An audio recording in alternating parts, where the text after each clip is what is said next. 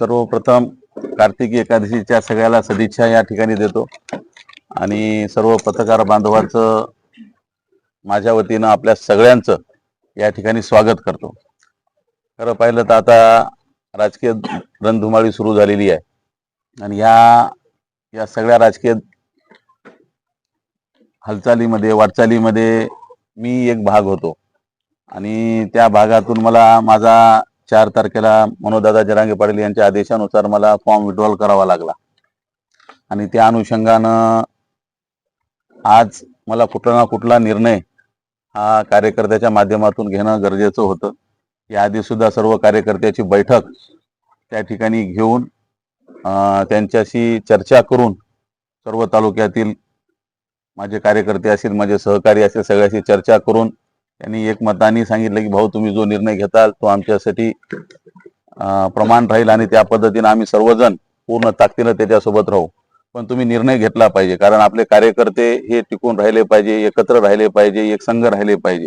जर आपण भूमिका कुठली घेतली नाही तर सगळीकडे कार्यकर्ते कुठल्या ना कुठल्या ठिकाणी निघून जातील। त्याच्यापेक्षा आपण एक भूमिका घेतली तर ते कार्यकर्ते एकत्र राहतील। तर त्या अनुषंगानं ही आजची पत्रकार परिषद या ठिकाणी आहे, त्यासाठीच आपल्या सगळ्यांना या ठिकाणी बोलवण्यात आलेलं आहे। कंटिन्यू करू तर खऱ्या अर्थानं पाहिलं तर गेल्या 4-5 वर्षापासून या कंधार लोहा विधानसभा मतदारसंघामध्ये माझ्या वतीनं वेगवेगळे कामं करण्यात आले।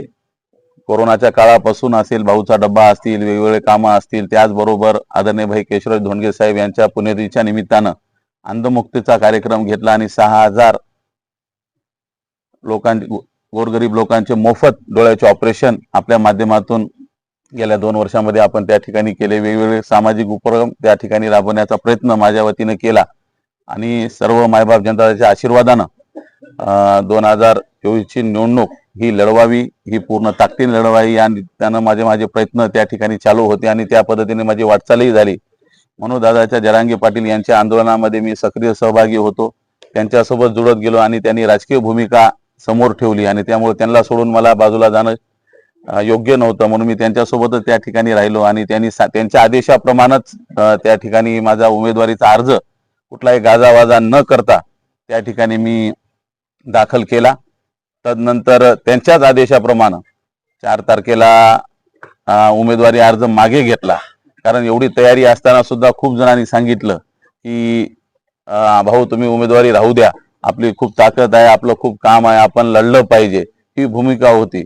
पण शेवटी समाजाच्या विरोधात जाऊन मला काही साध्य करायचं नव्हतं, कारण शेवटी आदेश हा मनोजदादा जरांगे पाटलांचा आहे। त्या एक शेतकऱ्याच्या लेकरांनी पूर्ण आंदोलन हे उभं केले आणि त्यांचा शब्द पाळणं हे माझं एक मराठा सेवक म्हणून माझं कर्तव्य होतं आणि ते कर्तव्य मी प्रामाणिकपणानं त्या ठिकाणी पार पाडलं।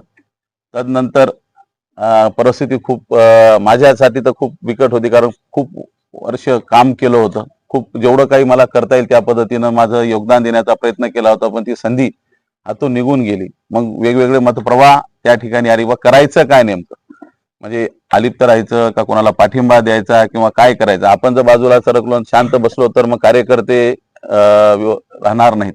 मग त्यासाठी आपल्या कार्यकर्त्याची एवढी मोठी फळी आहे, सगळी टीम आहे जी आपल्यावर जीव लावते आणि त्या कार्यकर्त्यासाठी आपल्याला कुठला ना कुठला निर्णय, कुठला म्हणण्यापेक्षा समाजहिताचा निर्णय घेणं गरजेचं होतं। जे जरांगे पाटलांची जी भूमिका आहे त्या भूमिकेची सरस राहणं हे सगळ्यात महत्वाची भूमिका त्या ठिकाणी होती। जे मराठा आरक्षणाच्या संदर्भामध्ये आपली भूमिका सभागृहामध्ये स्पष्टपणे मांडतील, त्या भूमिकेशी एकरूप राहतील, अशा ठिकाणी आपल्याला पाठिंबा देणं गरजेचं होतं। आणि त्या अनुषंगानं खरं बघितलं तर आदरणीय भाई केशवरावजी धोंडगे साहेबांनी याच मण्यार खोऱ्यावर 35 वर्ष शेतकरी कामगार पक्षाच्या माध्यमातून आपला झेंडा पूर्ण महाराष्ट्राभर त्यांनी उभारला होता। आजही आमच्या घरावर शेतकरी कामगार पक्षाचा झेंडा आहे। मी हे पत्रकार परिषद होण्याच्या आधी 2 दिवस कालही आणि आजही गुरुनाथरावजी कुर्डे साहेब, कारण माझ्या वडिलांच्या नंतर तेच मला पितृतुल्य आहेत, त्यांना मी त्यांच्याशी चर्चा केली की काका मला आता निर्णय घ्यायचा, मी काय करू, बाबा तर नाही, आता तुम्हीच बाबासारखे आहात माझ्यात, मला मार्गदर्शन करा। तर त्यांनी स्पष्ट शब्दात सांगितलं की केशवराव शेका पक्षाचे, मी शेका पक्षाचा, आपल्या घरावर शेका पक्षाचा झेंडा आहे, तर आपण शेका पक्षाच्या आशाबाईंना त्यांना आपण पाठिंबा द्यावा अशी माझी तुला सूचना आहे। आणि त्या सूचनाचं पालन करत त्याआधी सुद्धा मी पूर्ण कार्यकर्त्याची बैठक घेतली. आपण सर्वजण त्या ठिकाणी उपस्थित होतात. सगळ्यांनी एकमतानं सांगितलं. त्या ठिकाणी भरपूर चर्चा झाली आणि त्यांनी एकमतानं सांगितलं, भाऊ तुमच्या पाठीमागे आम्ही खंबीरपणे उभं राहणार आहोत. त्या अनुषंगाने तुम्ही निर्णय घ्या.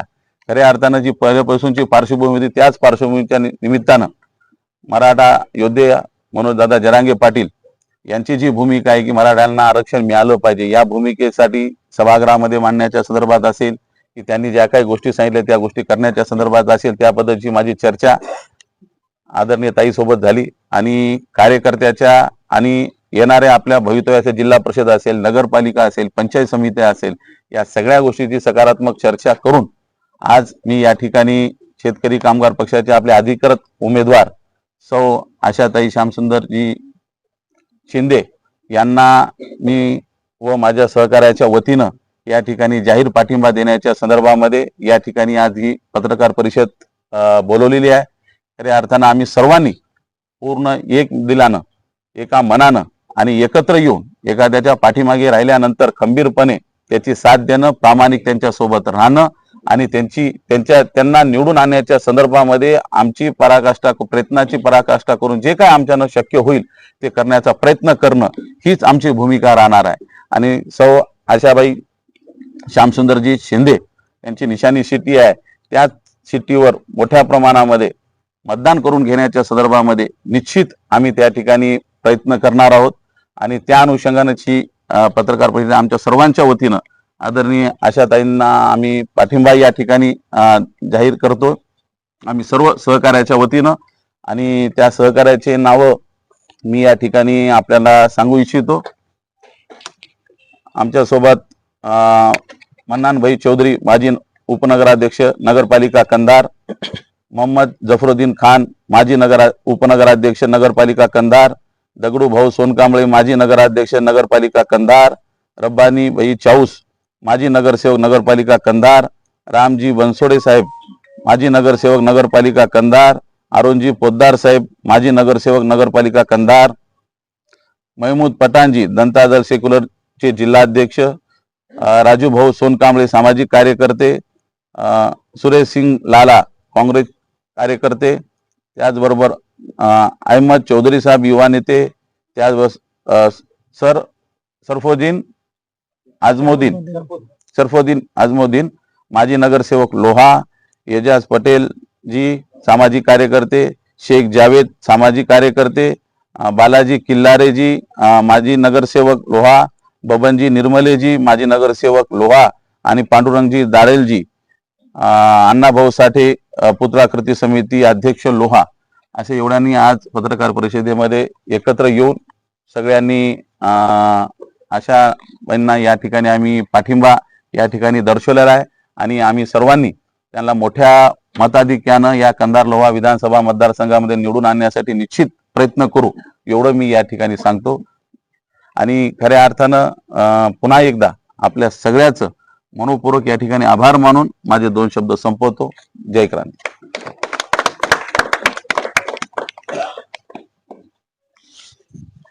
बोलू का नको? हा निर्णय घेत असताना खूप काही गोष्टीचा विचार करणं गरजेचं होतं. कारण मी गेल्या 14 महिन्यापासून संघर्ष होते मनोजदादा जरांगे पाटलांसाठी खंबीरपणे उभा टाकून त्या ठिकाणी काम करत होतो.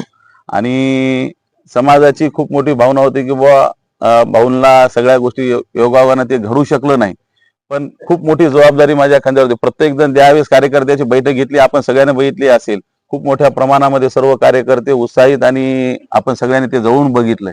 आणि त्या अनुषंगानं ती जबाबदारी माझ्या खांद्यावर होती आणि योग्य निर्णय होणं गरजेचं होता, जो समाजाच्या हिताचा आहे, सर्वसामान्याच्या हिताचा आहे, शेतकऱ्याच्या हिताचा आहे आणि खऱ्या अर्थाने या मतदारसंघाला न्याय देणारा आहे. म्हणून हा निर्णय आज घेण्याची वेळ होती आणि त्यामुळे योग्य निर्णय घेणं हे गरजेचं होतं. म्हणून आज मला असं वाटतं की आशाताईच्या रूपामध्ये हा योग्य निर्णय या ठिकाणी झाला, एवढंच मी आपल्याला सांगतो.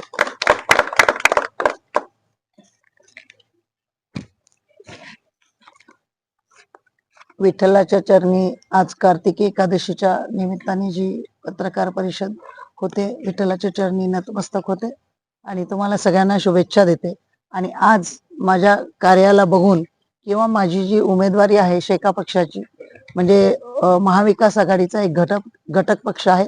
महाविकास आघाडीचे अधिकृत उमेदवार शेका पक्षाने मला उमेदवारी दिलेली आहे आणि माझ्या कार्यावर विश्वास ठेवून या सगळ्यांनी मला पाठिंबा दिलेला आहे. त्यांचे मी आभार मानते, मी त्यांचे स्वागत करते. त्याच्यामध्ये मुख्य म्हणजे आमचे भाचे पुरुषोत्तम धोंडगे, डॉक्टर भाई कैलासवासी किशोररावजी धोंडगे साहेब यांचे चिरंजीव, आमचे ते शेका पक्षाचे ज्येष्ठ नेते आणि गुरुनाथरावजी कुर्डे साहेब ज्येष्ठ नेते यांनी त्यांना सांगितलेलं, गुरुनाथरावजी कुर्डे काकांनी सांगितलं की तुम्ही शेका पक्षाला पाठिंबा द्या आणि त्यांचं जे कार्य आहे ते आमच्या पक्षाला निगडित, म्हणजे लहानपणापासून त्या पक्षाचा परिणाम झाला असावा आणि त्यांनी मला तो पाठिंबा दिला. त्यांचं कार्य सुद्धा आमच्या विचाराचंच आहे आणि त्यांचं कार्य एवढं आहे हे मला माहिती नव्हतं. जेव्हा मी त्यांच्याबरोबर चर्चा केली तेव्हाच मला माहिती झालं आणि खरंच मी तुम्हाला मानलं. मला एवढी कल्पना नव्हती की एवढं प्लॅनिंग, एवढं काम केलेलं आहे. तर त्यांनी स्वतःहून ठरवलं की योग्य उमेदवार कोण आहे, कोण निवडून येणारा उमेदवार आहे, त्यांना आपण पाठिंबा देऊ. त्याचप्रमाणे मननबाई पण माझे उपाध्यक्ष नगरपालिका कंधार, त्यांचा पण विचार होता. ते आमच्या स्टेजवर पण आले होते. त्यांनी आमच्या उद्घाटनाप्रसंगी कौतुक पण केलं होतं, पण त्यांनी थोडा उशीर केला कारण त्यांना सगळ्या ह्या टीमला घेऊन यायचं होतं. तर मननबाई चौधरी कंधार नगरपालिकेचे माजी उपाध्यक्ष मोहम्मद जफरुद्दीन खान, दगडू भाऊ सोनकांबळे माजी नगराध्यक्ष नगरपालिका कंधार, रबानी चाऊस माजी नगरसेवक नगरपालिका कंधार, राम बनसोडे माजी नगरसेवक नगरपालिका कंधार, अरुण पोद्दार माजी नगरसेवक नगरपालिका कंधार, महमूद पठाण जनता दल सेक्युलर जिल्हाध्यक्ष, राजूभाऊ सोनकांबळे सामाजिक कार्यकर्ते, सुरेश सिंग लाला काँग्रेसचे कार्यकर्ते, अहमद चौधरी युवा नेता, सरफोद्दीन अजमुद्दीन माजी नगरसेवक लोहा, इजाज पटेल सामाजिक कार्यकर्ते, शेख जावेद सामाजिक कार्यकर्ते, बालाजी किल्लारे माजी नगरसेवक लोहा, बबन निर्मले माजी नगरसेवक लोहा, पांडुरंग दाडेल, अण्णाभाऊ साठे पुतळा कृती समिती अध्यक्ष, या सगळ्यांचं मी स्वागत करते. मी त्यांचे आभार मानते. आणि आत्ताच भाऊनी सांगितलं की आम्ही सगळे प्रामाणिकपणे काम करणार आहोत आणि माझी जेव्हा चर्चा झाली त्याच्यामध्ये मला यांच्यात खूप प्रामाणिकपणा दिसला आणि लोह्याची तर मंडळी कामाला लागलेलीच आहे. आज त्यांनी माझ्या सोनेचे कार्यक्रम घेतले, तिथं वेगवेगळ्या ठिकाणी बैठका घेतल्या आणि भाऊ पण आणि हे सगळेच उद्यापासून चांगले जोरात कामाला लागतील. मी त्यांचे अभिनंदन करते आणि माझी निशाणी आहे शिट्टी.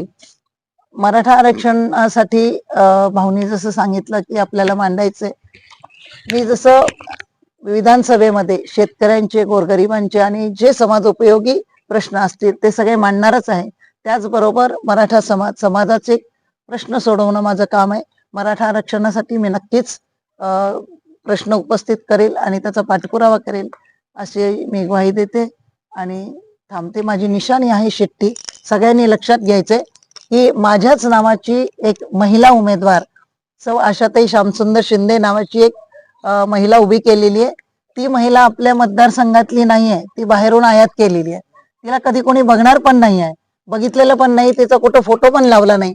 मात्र त्यांच्या टेम्पोवरती जे भोंगे फिरतात त्याच्यावर आमच्याच शेका पक्षाच्या दोन्ही नेत्याचे, किशोररावजी धोंडगे साहेबांचे आणि गुरुनाथरावजी कुर्डे साहेबांचे फोटो लावलेले आहेत.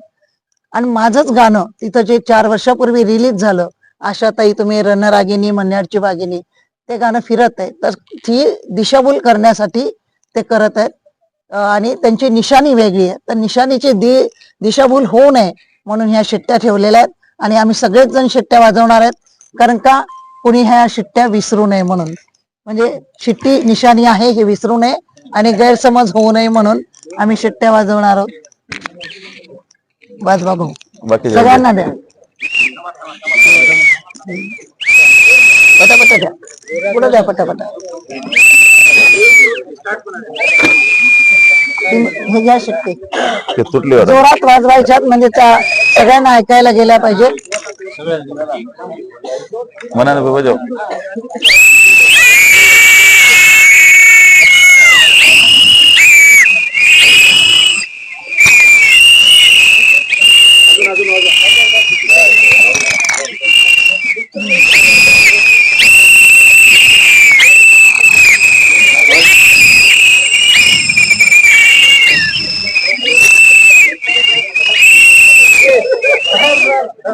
या शिट्ट्या वाजवण्याचं कारण कोणी दिशाभूल म्हणजे हे चिन्ह आहे सगळ्यांना लक्षात राहील.